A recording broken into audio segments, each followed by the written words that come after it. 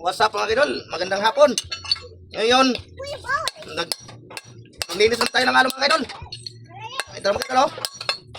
Maglinis naman tayo kay medyo wala na tayong kapital. So linisan natin to para may binta, para pamili na naman uli. Ganun lang yung buhay mga idol Kailangan papaikutin natin yung pira para kung may tubo naman, kung bayad natin sa mga bayarin, dapat pabayaran. So, yung mga utang natin, pabayaran. Pag may tubo, walang ipang bayad. Tapos wala na rin kaming bigas. Kaya, ito, nilinisan ko na. Gusto ko sana mga idol na paabutin to ng 200 kilos. Kaso hindi na talaga kaya sa kapital natin mga idol. Kaya, nilinisan ko na kaya wala na tayong pambiling bigas. Tapos yung mga iba pang pangailangan. So sana suportahan niyo ako sa ginagawa ko mga idol. Paki-follow naman, share and like ang video ko. Sana suportahan niyo ako para magkakaroon tayo ng biyaya galing ni Facebook. At magkakaroon din kayo. Kung magkakaroon man ako sa Facebook mga idol, magkakaroon din kayo. Yan ang laging tatandaan niyo. Kaya hindi ko sa inyo, sana suportahan niyo ako mga idol. Shout out ko sa lahat ng mga followers ko.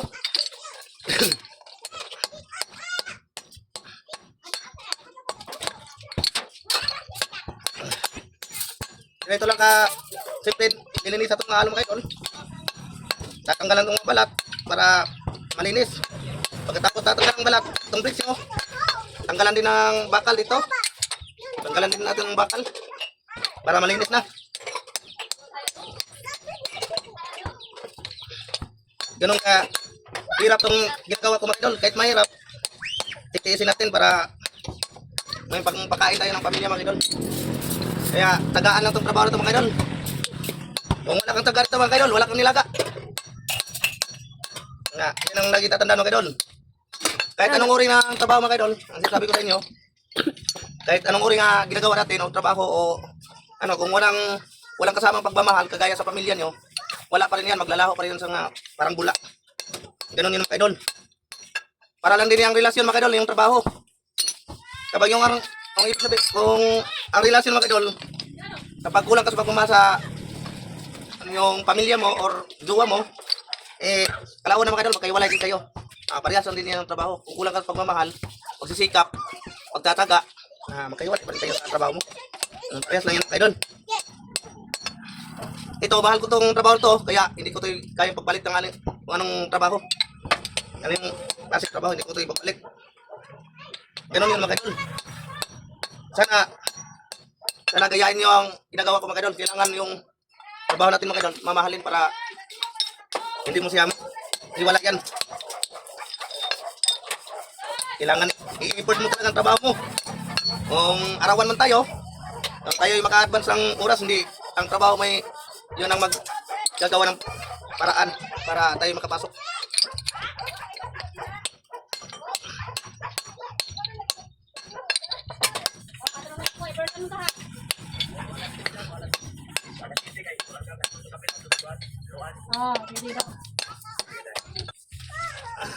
Yung mga idol,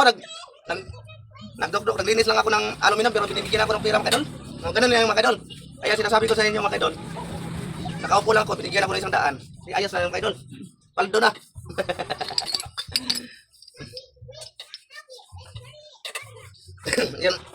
Yan yung sinasabi ko mga idol. Talagang kung anong klaseng trabaho natin, talagang mamahalin natin para ay pakain tayo ng pamilya. Depende nga sa diskarte mga idol. Iba kasi ang diskarte ko mga idol. Malupitan. Kahit mahirap itong ginagawa ko, ayos naman.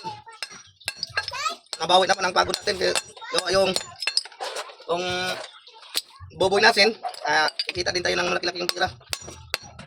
Kapag malas, lugi tayo. Ganun lang mga idol. Pero hindi ko to kaya ipagpalitan kahit anong uling trabaho.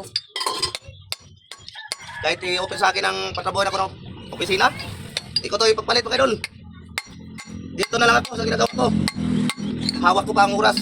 Kung anong oras ako magpapahinga, papahinga. Walang magagalit sa akin. Itong dahil mga idol.